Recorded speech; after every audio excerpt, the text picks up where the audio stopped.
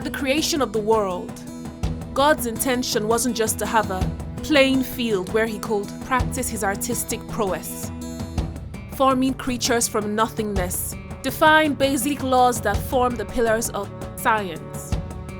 Though when he spoke, his words materialized, forming each letter with blood, coating itself with fur, feathers, fins, and scales. Yet when he got to a particular species, he wanted one that portrayed the very essence of his divinity, that withheld the image of his majesty, that spoke of his greatness. With this species just being alive, they came together and said, "Let us make man in our own image." For previous species older than men, because apparently we are the last born of creation, they all had one goal: to survive, and that was their default mode. But he turned to man and made him understand that he has dominion because he is a replica of the Most High. He is a walking reverend of God's power. So apart from man's procreative duty, man's entire existence is based off of the premise of worship, the magnification of an entity. Now attentive ears take note, I never said worship God, but worship. We are made to worship God, but not programmed to worship him. Because he has given us the gift of free will, we have to willingly, consciously, deliberately choose him to worship and not mammon. If we were programmed with the former, we wouldn't be any better than robots now, would we? Contradicting the passage that called us gods, demigods, distorting our godliness as the only created beings with the ability to choose whom to worship. Our default mode is worship, and with it is the need for a concept, a subject, a God we must bow to.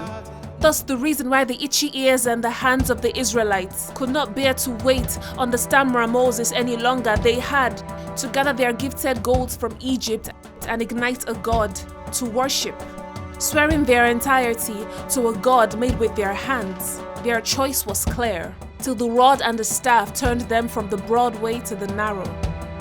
Now there is a fallacy, a lie, propagated by the most wanted criminal, the devil, that with us present are dozens of gods to choose from the sun to the moon to the universe.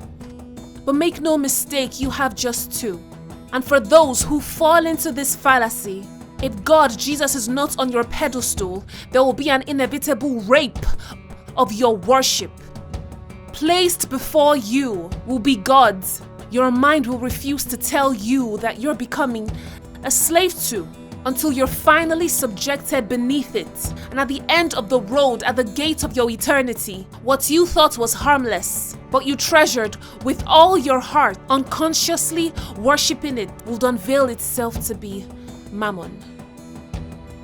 But we are gifted with the formation of three astounding elements: the body, the soul, and the spirit. We are not this magnificent to run around and play gods on earth. Let's take a look in the mirror and let our image minister to us. Let your features testify that they are not original. No, they are a replica, God's replica.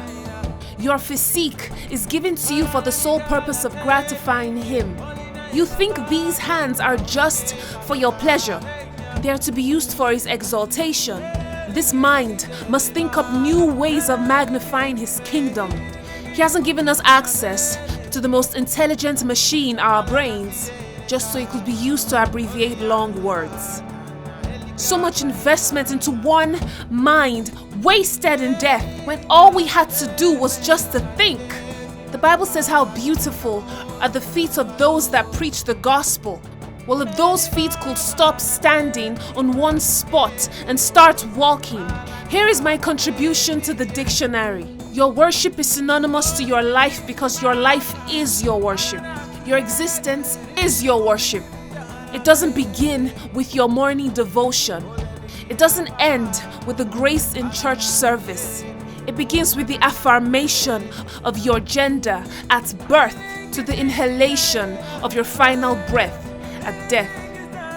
So you're not just a teacher, you're a temple. You're not just a cashier, you're a semblance of heaven in human form. And you're not just a waiter, you're an embodiment of God's divinity. And you're not just a person, you're a walking worship.